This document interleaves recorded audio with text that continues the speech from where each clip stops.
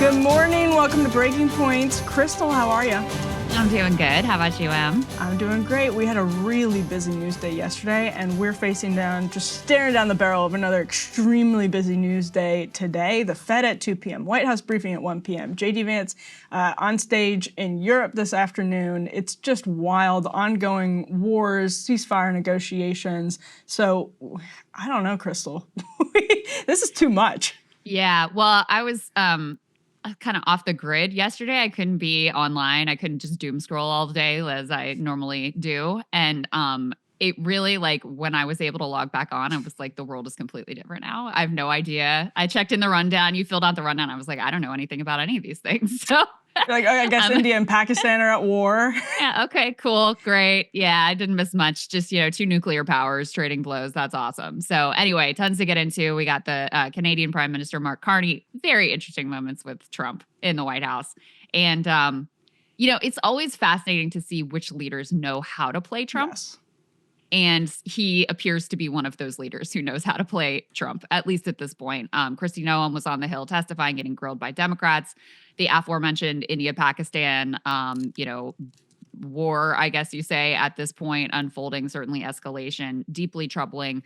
We have some big developments in terms of the Middle East. Our own Ryan Grimm helping to push Trump to make a genuinely sensible decision and saying, hey, you know what? If the Houthis agree not to bomb us, maybe we should stop bombing them, and teasing some kind of a big announcement. We're also covering the continued FAA fallout and truly terrifying situations unfolding at some of the nation's top airports. What Sean Duffy is saying about that, some like intra-Fox and intra-Trump administration battle unfolding there, Emily? Yeah, absolutely. Sean Duffy's kind of pointing the finger at Pete Hegseth. So we'll see. I mean, we've got some pretty wild clips of him talking about Pete Hegseth on Laura Ingraham's show. So you have two former Fox News hosts in the administration talking to a current Fox News host. We'll get into all of it, but needless to say, that is absolutely wild. We also have an interesting guest, Mark Lucas. He is the founder of a group called Veteran Action, but he's also a friend of Pete Hegseth, a longtime friend of Pete Hegseth, who goes back to Hegseth's days at Concerned Veterans, which is a group that came under, his leadership of that group, rather, came under intense scrutiny during his confirmation hearing.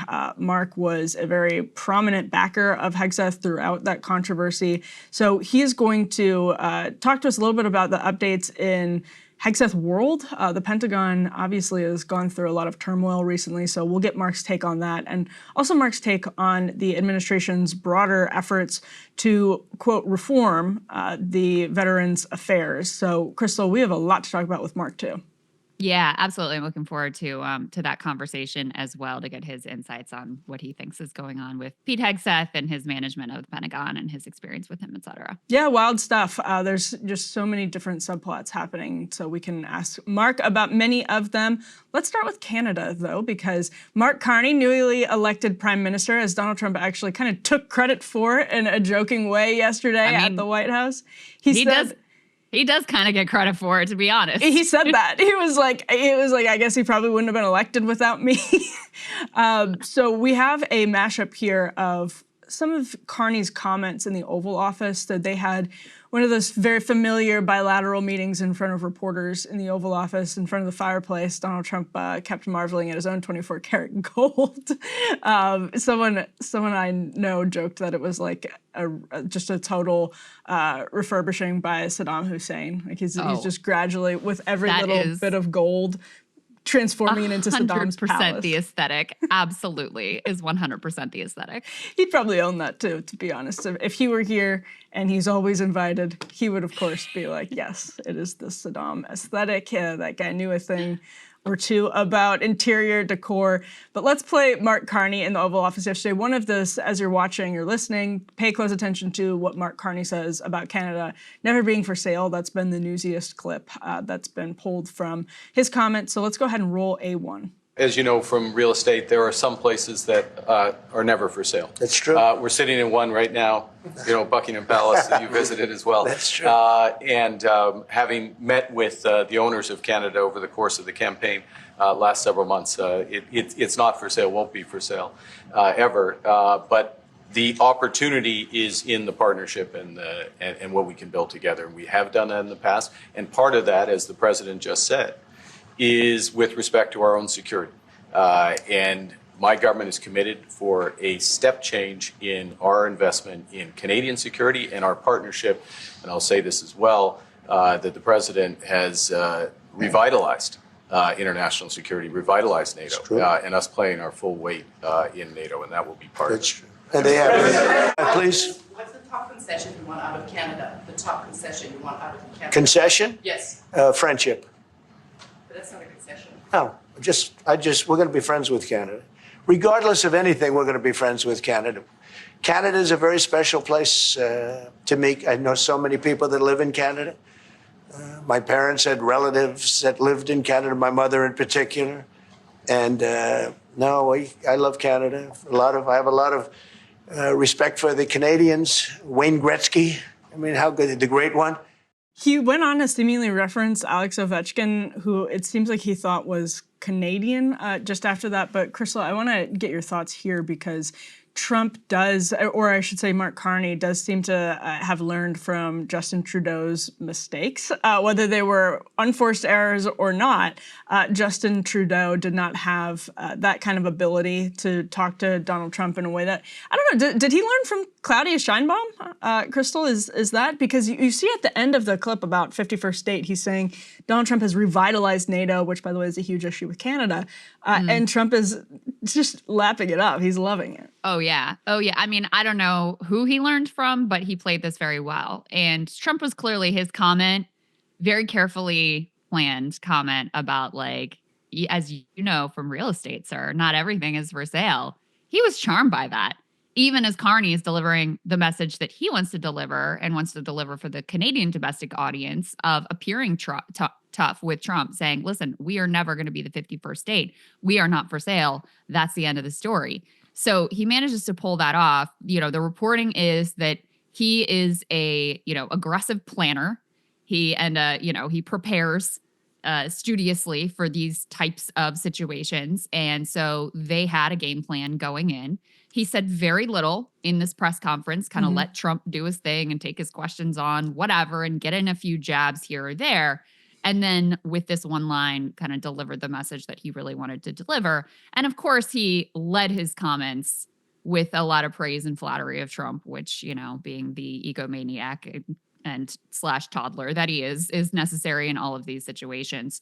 So I think the other thing that is interesting to me is that Trump, because he does think that he was responsible for Carney's victory in Canada, and I think he's obviously correct about that, even though you would think that it should be seen as a rebuke of Trump because it was an anti-Trump agenda. Obviously, it was like a backlash against Trump that propels Carney into office. But Trump just sees it as like, hey, buddy, you owe me. We're on the same team because I helped you get in there. That seems to be how he's kind of looking at it. He doesn't care that his ideological ally was defeated. What he likes is just that he was the center of attention in Canada, just as he's the center of attention here and was kind of the center of attention in Australia in their elections as well. So I don't know. There's a lot going on there. But, in terms of the trade war, not much came of this meeting. There were no deals announced. There were no concessions announced. It was just sort of engagement and keeping the conversation, the lines of communication open. So no real progress was made. But for Carney, I think he has to see it as a win because he was able to get across what he wanted to without having some sort of Zelensky style blow up in the Oval. Yeah, and I think when you package it that way, I think it's like when you're trying to feed a dog medication, you have to put it in some type of delicious food. It's sort of like that. Because Carney has his own domestic politics. Obviously, that's what pushed Trudeau after he had that humiliating setup at Mar-a-Lago when he came to kiss the ring, and then Donald Trump just made him look really foolish. Trudeau then had to look like he was being really tough on Donald Trump. At least he felt that way because of the sort of political sentiments in his own country. And Carney is dealing with those, just like Claudia Sheinbaum is dealing with those. Those questions of sovereignty for people, for their own voters, are really, really important. And so he needs to put his foot down on that. But he did it in the most civil way possible. And you can tell, to the point you just made, and I think this is a really important insight about Donald Trump, he will take that with a smile on his face if you package it that way. Because, and maybe this is like not the craziest thing in the world, he feels like, you're coming to him with some type of respect. And so you can deal with Donald Trump if you know how to deal with Donald Trump, even if you have tough considerations at hand. Let's go ahead and roll some of their other parts of their conversation about trade in particular. This is A2. We can go ahead and roll it here. We don't do much business with Canada from our standpoint. They do a lot of business with us. We're at like 4%. And usually those things don't last very long. We have great things, great product, the kind of product we sell, nobody else can sell. We will sign some deals, but much bigger than that is we're going to put down the price that people are going to have to pay to shop in the United States. Think of us as a super luxury store, a store that has the goods. You're going to come and you're going to pay a price, and we're going to give you a very good price. We're going to make very good deals. And in some cases, we'll adjust. And they'll either say, great, and they'll start shopping, or they'll say, not good. We're not going to do it. I said, that's okay. You don't have to shop. So I saw a CNBC reporter highlighting that last bit and finding it, quote, highly confusing because it sounded as though Donald Trump was saying that none of these deals necessarily have to be inked and signed. They just sort of have to be agreements about the exchanges of like what's acceptable. And that's definitely confusing to the extent that what markets are looking for, what investors are looking for right now is certainty. Another highlight of their conversation, by the way, is Trump said USMCA is not dead. Talked about when he was asked by reporters who were pelting him with questions, pointed particularly to energy and automobiles as the areas that they would be talking about later in the day. But Krystal, what did you make of his last point about people shopping and like just give me your reaction to that? I don't know. I mean, he said this before. Which interview was it where he was talking about like, we're like a department store and I set the prices, and it's like, literally, what are you talking? I don't know. I really cannot get inside his head on any of this. But it is not remarked upon enough the fact that the trade relationship that governs, like the deal that governs our trade relationship with Canada and Mexico is USMCA, which Donald Trump himself negotiated in his first term. So if it was so bad and terrible, why did you agree to it then is one major question. Also, I think Canadians probably feel a little relieved that when he was asked, okay, well, what concessions do you want from Canada? He's like, just friendship. I just want friendship. Just friendship. Like, okay, well, you got it, sir. Here we are. We can be friends. So I don't know what any of it really means or amounts to. Ultimately, the other big news that came out sometime yesterday evening is that there are going to be high-level trade talks between the U.S. and China, not with Trump and Xi, but with the respective trade. The trade reps from both countries will be meeting and speaking about moving forward. I don't think that they're anywhere near a deal. The phrasing I saw from, I don't know if it was the Wall Street Journal or CNBC, somebody reporting on this was like, it's a major step towards potential concessions in favor of a possible negotiation or something like that. Yep. But according to the Chinese, they're saying that the U.S. has been persistently reaching out, saying they want to give some concessions. They want to back away from this. They want to de-escalate. That's been the message coming from Scott Bessent as well in particular. And so I think they're basically opening the door to see what those concessions might be while making plain that they still are not going to accept being bullying. They're not going to accept, giving unilateral concessions on their side. But the fact that the door is even open to conversations, certainly Wall Street thought that was very good news. Yeah, Megan Casella of CNBC is who I was referencing earlier, and she said that comment by Trump was highly confusing, but the latest insight we have as to how the president is thinking about the path forward on tariffs by naming a price for countries to pay to shop in the U.S., it appears he wants some tariff to remain in place, possibly with everyone, so probably that 10% global tariff, and I agree with that. I think he probably isn't budging from the 10%, but she also adds, it downplays what to expect in terms of deals. So is this kind of a soft landing on on deals. What Trump is describing, she goes on to say, won't bring the certainty markets, investors, businesses have been looking for. It's hard to make a long-term investment based on an unsigned agreement that's subject to change again. But we will hear more about this from Scott Bessent in the days to come. As you mentioned, Krystal, that news about deal negotiations with China broke just yesterday, and both sides, fairly amusingly, are framing it as a total coincidence. Bessent said we're going to be in Switzerland to talk with the Swiss, but our Chinese counterparts are there, so we are going to go ahead and have a conversation with them as well.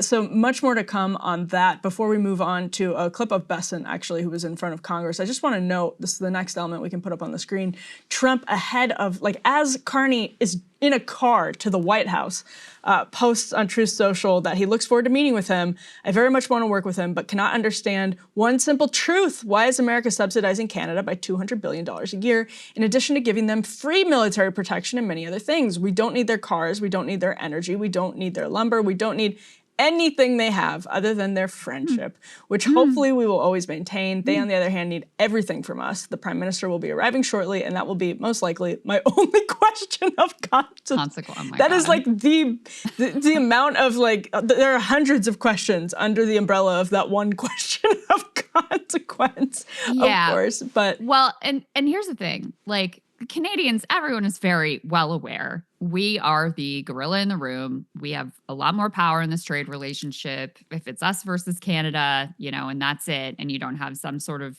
global alignment against us. Us versus Canada one-on-one is not a fair fight. Yeah. But he really downplays some of the things that we do get from Canada that happen to be quite important to our economy. Number one, fertilizer in significant quantity of our fertilizer comes from Canada.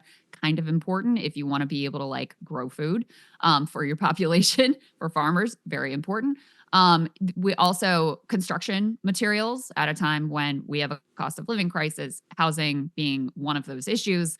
Construction costs have gone up significantly, major inflation there, during the post-COVID inflationary period. So that's very significant. And then obviously for the auto industry, those parts move back and forth across the border. And that has been one of the industries that has been a beneficiary of a number of exemptions from the Trump tariff policy. So about somewhere around 14% of all of our imports come from Canada, a not insignificant amount. And like I said, coming from some key areas where, in fact, we do need those things, at least in the short term, until we can, if we want to spin up our own domestic potash or, increase. I know one thing Trump has talked about is increasing the amount that we're logging so that we can replace some of the lumber that we get from Canada.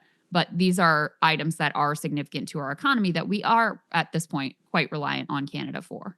Yeah, to your point, the transition process, if it is in motion at all, obviously takes time, and prices will definitely, they're really banking on, quote, short-term pain going away at some point, and that is very much yet to be seen. Hell of a bet. Scott Bessent was talking about some of this in front of Congress yesterday. Got absolutely grilled here by Mark Pocan of Wisconsin, so we can go ahead and roll A4. Who pays tariffs, Mr. Secretary?